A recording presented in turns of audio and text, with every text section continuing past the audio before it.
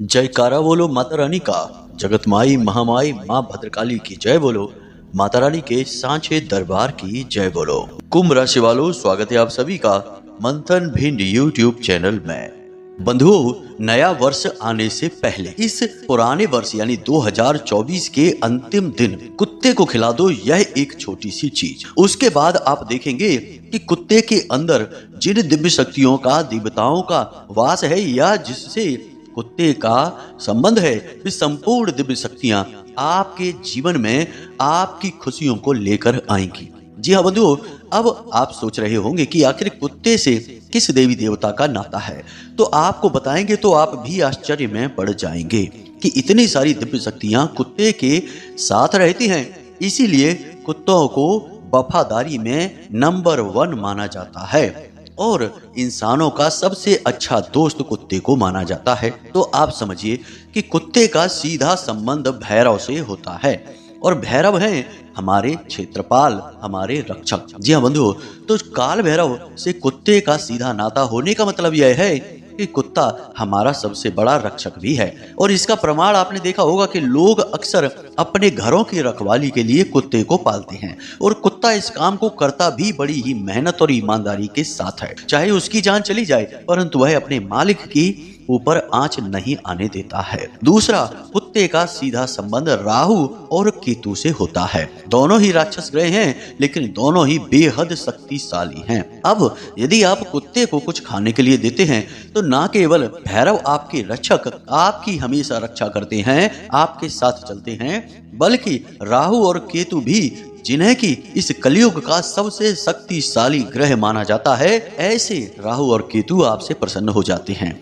अब कोई कहेगा कि राहु शक्तिशाली कैसे हो गया, इसमें तो थोड़ा सा हमें शंका है, संशय है। तो राहु एक ऐसा ग्रह है जो सूर्य को भी ग्रहण लगा देता है। यहीं से राहु की शक्ति का अंदाजा आपको लग सकता है। अब और कौन सी शक्तियां हैं, जैसे कि आपके पितृ पूर्वज। श्राद्ध पक्ष में आपने देखा होगा कि पंडित जी कहते हैं कि कुत्ते को कुछ भोजन कराओ, पितरों को अपने आप पहुंच जाता है, यानी कि पितरों से भी सीधा नाता हो गया। इसी के साथ साथ कुत्तों के अंदर नकारात्मक ऊर्जाओं को पहचानने की बड़ी गजब की क्षमता होती है। भूत प्रेतों को पहचान कर उनकी ओर भौंक कर कुत्ता आपको बता देता है कि इस दिशा में, इस जगह पर कोई न कोई नकारात्मक शक्ति है, भूत प्रेत पिशाच आदि मौजूद है। कहने का मतलब यह है कि आपके घर, आपके दरवाजे पर कौन से देवी देवता आएंगे या भूत प्रेत आएंगे, यह कुत्ता निश्चित कर देता है। इसीलिए अक्सर लोग अपने घर के दरवाजों पर एक न एक पालतू कुत्ते को रखते ही हैं, उसे खिलाते पिलाते हैं, घर के सदस्य की तरह रखते हैं, क्योंकि वह घर की पूरी ईमानदारी और मेहनत से रक्षा भी तो करता है। तो बंधुओं, आज का जो सूत्र है वह इतना कीमती है, इतना शक्तिशाली है कि आपने यदि आज के इस सूत्र को समझ लिया तो आपका जीवन का जितना भी कष्ट है वह आने वाले इस 2025 में अपने आप समाप्त हो जाएगा।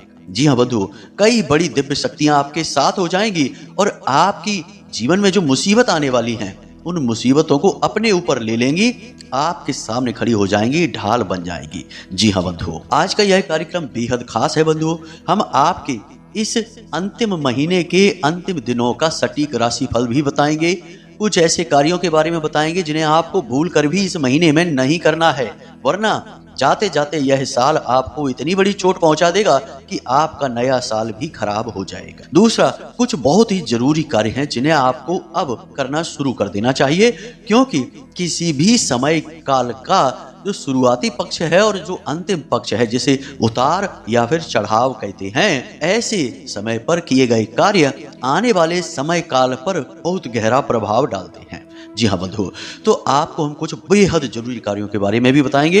बड़ी धैर्य के साथ आज के इस कार्यक्रम को समझिए। इसी के साथ साथ कुत्ते को क्या खिलाना है जिससे कि दिव्य शक्तियां आपके साथ हो जाएंगी, इस सूत्र को भी समझना बहुत आवश्यक है। बहुत ही बारीकी से, गहराई से हम आपको हर एक बात समझाएंगे और शास्त्रों, पुराणों के प्रमाण के साथ बताएंगे। जी हाँ बंधुओं, तो आपको बिल्कुल भी टस से मस नहीं होना है, इस कार्यक्रम में अंत तक बने रहना है और जो भी बातें हम आपको अब बताने जा रही हैं उन्हें अच्छी तरह से समझ लेना है। जी हाँ बंधुओं, केवल इतना ही नहीं है, कुत्तों के विषय में और भी महत्वपूर्ण बातें हैं। शास्त्र क्या कहते हैं इन्हें भी हम आगे चर्चा का विषय बनाएंगे। तो बस आपसे निवेदन यही है कि जिस प्रकार आज हमारी सेहत ठीक नहीं है, तबीयत खराब है, ऐसे में भी हम आपके लिए यह कार्यक्रम तैयार कर रहे हैं ताकि माता रानी की सेवा होती रहे। तो आपका भी यह धर्म है कि आप इस कार्यक्रम में अंत तक तो बने रहें। ताली दोनों हाथों से ही बजती है बंधुओं। हमने तो अपना हाथ बढ़ा दिया है, अब आपकी बारी है। तो चलिए बंधुओं, बिना समय गवाए इस महत्वपूर्ण कार्यक्रम की शुरुआत करते हैं। माता रानी का नाम लेते हुए कमेंट बॉक्स में प्रेम के साथ, भाव के साथ लिख डालिए, जय माँ भद्रकाली रक्षा करो। एक बार नहीं 3 बार लिखना। माता रानी आपकी निश्चित रक्षा करेंगे, हमें पूर्ण विश्वास है। इसी के साथ साथ बंधुओं, यदि आप इस चैनल कार्यक्रम पर पहली बार आए हैं तो आज इसी वक्त इस चैनल को सब्सक्राइब कर लीजिए, क्योंकि ज्ञान का शुद्धतम स्वरूप इस चैनल कार्यक्रम पर आता है। माता रानी के चरणों से, उनकी सेवा से यह ज्ञान उद्धृत होता है और आप तक पहुंचता है। तो बंधुओं, इस पवित्र धारा को अपने जीवन में आने दीजिए। चैनल को सब्सक्राइब करके हमारे दिव्य परिवार के सदस्य बन जाइए। तो चलिए बंधुओं, चैनल को सब्सक्राइब करिए, फिर आगे बढ़ते हैं। बंधुओं, आपको जानकर आश्चर्य होगा कि हमारे शास्त्रों में, पुराणों में कुत्तों का संबंध देवी देवताओं से किस प्रकार गहराई से जुड़ा हुआ है। छोटी सी झलक आपको बताते हैं तो आपका भी ज्ञान बढ़ेगा और आपको बहुत अच्छा भी महसूस होगा। तो सबसे पहले भोले बाबा के उग्र स्वरूप भैरव की सवारी कुत्ता है। यह तो आप जानते हैं, हमने अभी आपको बता भी दिया है। लेकिन आपको यह पता नहीं होगा कि देवराज इंद्र यानी देवताओं के जो राजा हैं, उनके पास भी एक कुत्ता है जिसका नाम है शर्मा। और इस कुत्ते को इंद्र बहुत अधिक प्रेम करते हैं।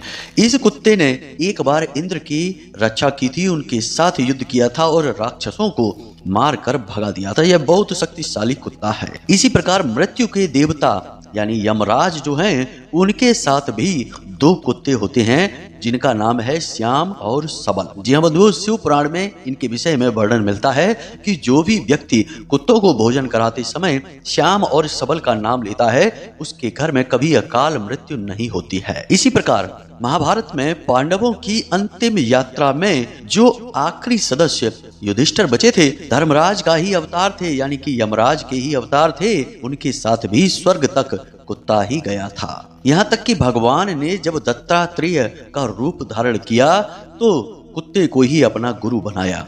वह इसलिए कि कुत्ते के पास कोई धन संपत्ति नहीं है, उसे कुछ भी खोने का डर नहीं है, फिर भी वह इतना प्रसन्न रहता है और इन सब से कहीं बढ़कर अपने मालिक के लिए इतना अधिक वफादार रहता है। इससे उन्होंने प्रेरणा ली और उन्होंने भी कहा कि इस संसार की संपूर्ण वस्तुओं का त्याग करने के बाद हम भगवान से उतनी ही श्रद्धा, उतना ही प्रेम दिखाएंगे जितना कि कुत्ता अपने मालिक के साथ दिखाता है। यानी कि भगवान दत्तात्रेय ने कुत्ते को अपना गुरु माना उसके स्वभाव को देखकर। तो कहने का मतलब यह है कि कुत्ता कोई साधारण जीव नहीं है, इसे अपने साथ हमेशा रखना चाहिए।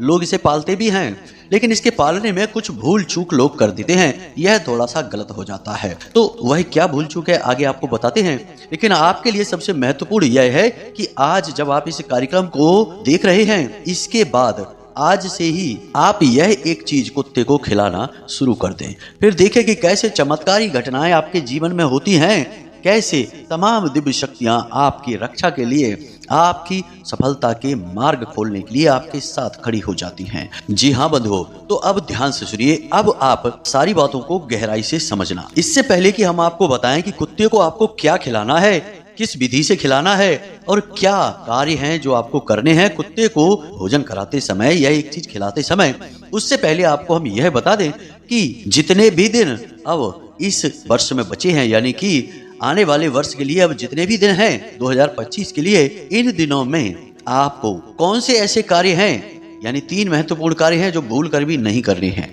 जी हाँ बंधुओं, इस बचे हुए समय में जितने भी दिन रह गए हैं, आपको ये 3 काम गलती से भी नहीं करने हैं। पहला, किसी को भी रुपए पैसे कैश अपने हाथों से उधार नहीं देना है। जी हाँ बंधुओं, यह एक बहुत बड़ी आन होती है कि आपने किसी भी समय काल के ढलान या उतार के समय पैसे उधार दे दिए तो वे पैसे निश्चित तौर पर अटक ही जाते हैं। वापस आएंगे ही नहीं, वे पैसे जाने के लिए हैं और आपके ऊपर से माता लक्ष्मी की कृपा भी हट जाएगी। इसीलिए सुबह और शाम के वक्त जब दिन का उतार और चढ़ाव होता है, उस वक्त लोग रुपए पैसे का लेन देन नहीं करते हैं, यानी उधारी का काम नहीं करते हैं। तो यही हम आपको कहना चाहते हैं कि अब बचे हुए जितने भी दिन हैं इस वर्ष में, आप किसी को भी एक भी रुपया उधार ना दें, किसी हालत में ना दें, कोई बहाना बना दें। जी हाँ बंधु, यह एक कार्य आपको भूल कर भी नहीं करना है। दूसरा कि आपको क्रोध बिल्कुल भी नहीं करना है। हमारे हिंदू धर्म में, सनातनी परंपरा में क्रोध को हर एक सकारात्मक और सद्गुण का विनाश का कारण माना जाता है। ऐसा कहा जाता है कि आप जो भी कार्य कर रहे हैं, चाहे वह कितना भी छोटा हो कितना भी बड़ा हो, यदि आप उस कार्य को करते समय क्रोध कर देते हैं तो उस कार्य का सारा पुण्य कर्म, सारी की सारी सकारात्मक ऊर्जा उसी क्षण समाप्त हो जाती है। फिर उस कार्य से आप कभी लाभ नहीं ले पाएंगे। जी हाँ बंधुओं, तो क्रोध आपको कभी करना ही नहीं है। अब आप सोचेंगे कि हम तो क्रोध नहीं करेंगे, लेकिन दूसरे जब हमें क्रोध दिलाएंगे तब हम क्या करें? यानी कि लोग हमें क्रोध दिलाते हैं, हम अपनी तरफ से कभी क्रोध थोड़े ही करते हैं। बात बिल्कुल सही है। तो आपको यह तो अंदाजा होगा कि किस प्रकार की बातें लोग जब करते हैं तो आपको क्रोध आ जाता है। दूसरा कि कुछ लोग आपके आसपास ऐसे हैं, वे जानबूझकर ऐसी बातें करते हैं कि आपको उकसाया जाए, और जब आप तिलमिला जाते हैं, जब आपको क्रोध आ जाता है, चेहरा आपका लाल पड़ जाता है, तब उन्हें अंदर से सुकून महसूस होता है। तो आपको अपनी बुद्धि का पूर्ण प्रयोग करते हुए यह तो पता लगाना ही होगा कि किन परिस्थितियों में, किन बातों से और किन लोगों की वजह से आपको क्रोध आता है। तो इन चीजों से आप दूरी बना लेंगे, आपका क्रोध अपने आप शांत रहने लगेगा। एक और बहुत अच्छा उपाय है कि जब आपको क्रोध आए, आपको लगे कि भाई अब हमारे को क्रोध आना शुरू हो गया है, तो आपको तुरंत प्रभु के नाम का स्मरण करने लगना है और कम से कम 31 बार गिनकर ईश्वर का नाम लेना है। अब जिसका भी आप पूजा पाठ करते हैं, आराधना करते हैं, उनका नाम ले सकते हैं। जैसे हम तो माँ बगला, माँ बगला, माँ बगला, वैसे तो हमें क्रोध आता ही नहीं है, लेकिन हम जब अकेले बैठते हैं, शांत बैठते हैं, तो मन ही मन माँ बगला का उच्चारण करते रहते हैं। और जब हम स्नान आदि करने के बाद शुद्ध अवस्था में होते हैं तो माई के एकाक्षरी बीज मंत्र का मन ही मन जाप करने लगते हैं, तो वातावरण अपने आप शुद्ध और शांत रहता है।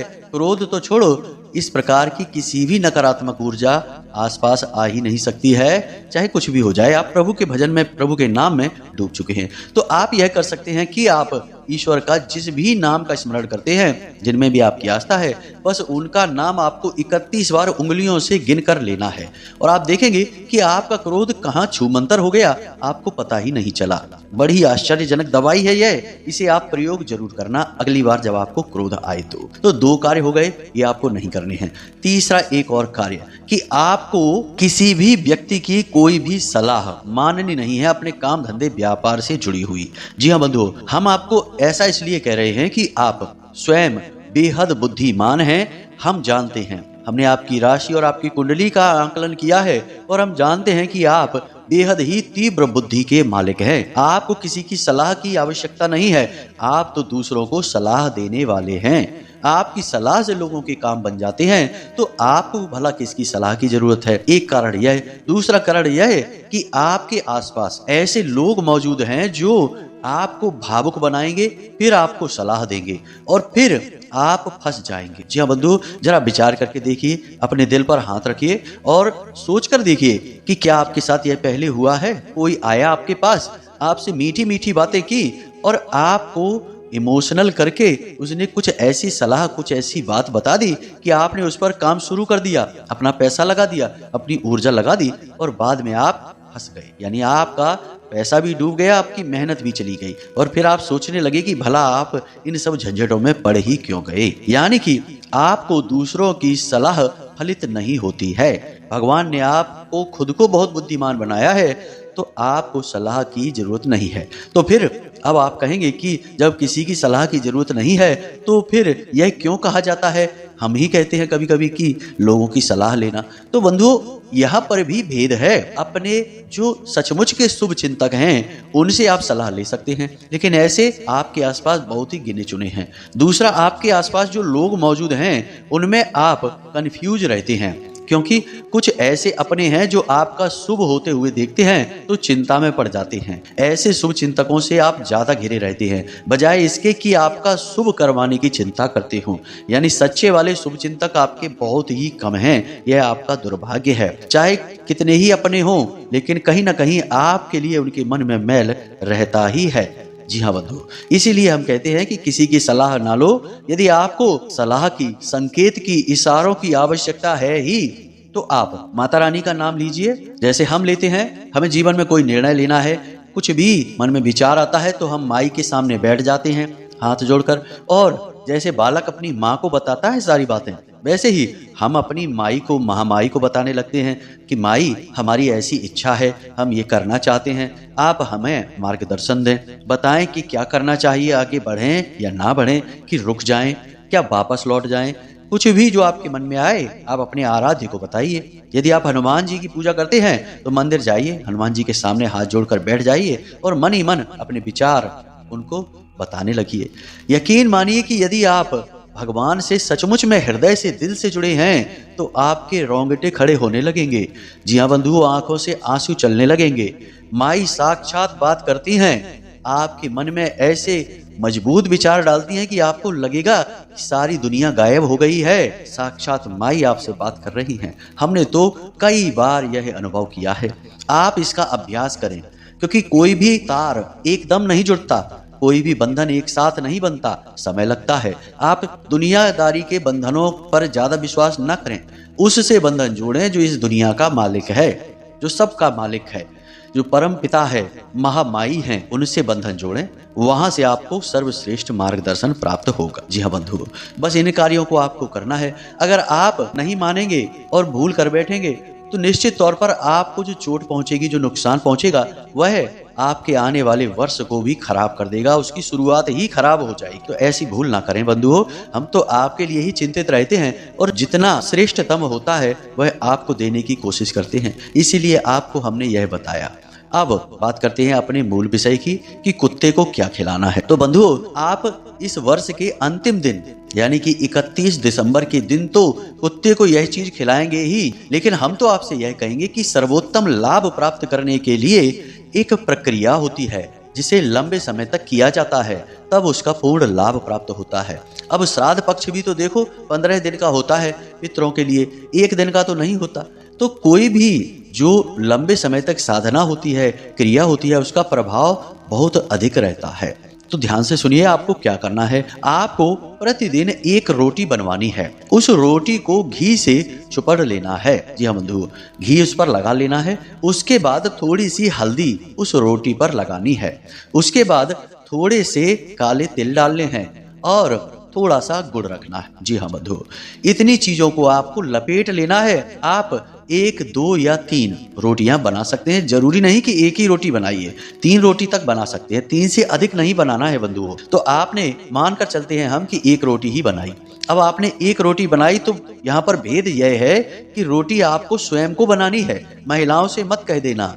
महिलाएं तो बेचारी कार्य सारा करती ही हैं, घर गृहस्थी का संसार तो उन्होंने संभाल कर रखा ही है, लेकिन यह जो क्रिया है यह आपके विशेष लाभ के लिए है, तो इसके लिए प्रयास भी आपको ही करना होगा। जिस प्रकार बड़ी साधनाएं जब साधक करते हैं तो अपना भोजन खुद बनाते हैं, अपने वस्त्र खुद धोते हैं, अपना आसन खुद बिछाते हैं और उसी पर सोते हैं, किसी की मदद नहीं लेते, उसी प्रकार आपको भी किसी की मदद नहीं लेनी है। आपको यह रोटी आटा गूंदने से लेकर बेलने से लेकर सेकने तक खुद बनानी है। अब इसी क्रिया के साथ आपको इस रोटी को कुत्ते को खिलाना है।